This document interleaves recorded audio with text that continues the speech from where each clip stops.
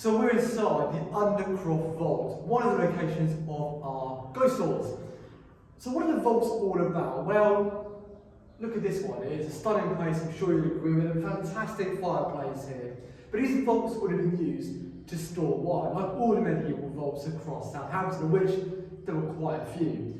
This one in particular, if you look around, you'll notice it's got some great architecture around it. The arches have got a few little statues of people as well in the ceiling. And over here is the exit, which would have been used as the way out, where this was used during the wartime era as a bomb shelter.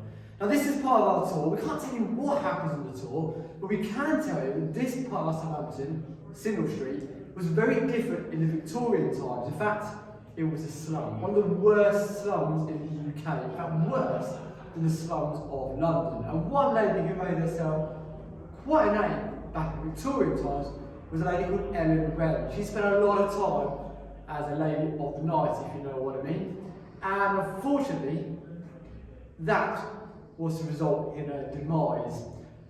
For years she had spent time not just planning her trade, if you will, but also attacking sailors, drunk and disorderly, getting herself in trouble with authorities.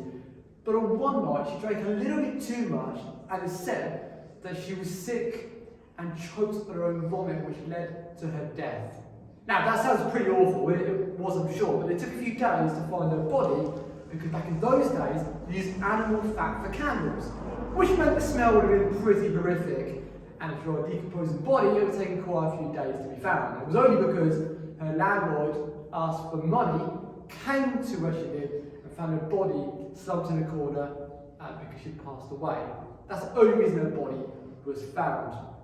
Now, that sounds awful, what I said before, but actually it led to a reformation of housing right here in Southampton, because her death made Southampton change its ways and started to clean up its act. And there's actually a building in Southampton called Frewing-House named after her, which is a place for ladies to try and rejuvenate their lives.